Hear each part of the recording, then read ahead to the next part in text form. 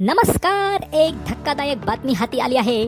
चल रे भोपळ्या टुनुक टुनुक या गोष्टीतली आजी कालच एका अल्पशा आजाराने निधन पावली आहे. मराठी कथाविश्वातली ही सगळ्यात प्रसिद्ध आजी आहे.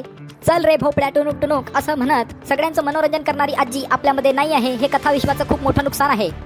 जसे की तुम्हाला माहीतच असेल की ही आजी खूप चतुर होती आणि तिने वाघाला प्रॉमिस केलं होतं की मी मुलीकडे जाते, तू रोटी खाते आणि मग जाडजूड होऊन येते, तेव्हा तू मला खा. परंतु परतीच्या वेळी ती एका भोपळ्यात बसून येते आणि म्हणते चल रे भोपळ्या टुनुक टुनुक, आणि अशा पद्धतीने चातुर्याने ती आपला जीव वाचवते. या चतुर आजीची गोष्ट प्रत्येक आई आपल्या लेकराला सांगायची आणि म्हणायची की चतुर होणे किती आवश्यक असते. या आजीनी आपल्याला खूप काही शिकवलं आहे.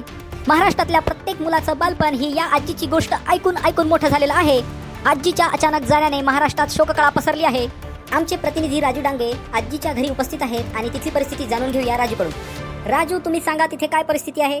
नमस्कार प्रेक्षक हो, जसं की तुम्ही पाहू शकता माझ्या मागे आजीचं घर आहे आणि या घरामध्ये आजी राहायची आपल्या शेवटच्या क्षणापर्यंत. आणि आजीच्या निधनाची वार्ता मिळताच इथे गर्दी व्हायला लागलेली आहे. कालपासून इथे लोक यायला सुरुवात झाली आणि आता इथे खूप मोठा जनसागर उसळलेला आहे. आजीला शेवटचं बघण्याची इच्छा प्रत्येकजण व्यक्त करत आहे, परंतु आतापर्यंत कोणालाही त्यांचं अंत्यदर्शन झालेलं नाही आहे. आजीचे सर्व नातेवाईक इथे जमलेले आहेत आणि त्यांची मागणी अशी आहे की ही खूप प्रसिद्ध आजी होती आणि त्यांना भारतरत्न देण्यात यावं अशी त्यांची मागणी होत आहे. तुम्हाला माहीतच असेल की आजी खूप प्रसिद्ध होती आणि म्हणूनच पोलिसांनी अंत्ययात्रेला गर्दी करू नये असं आवाहन केलं आहे.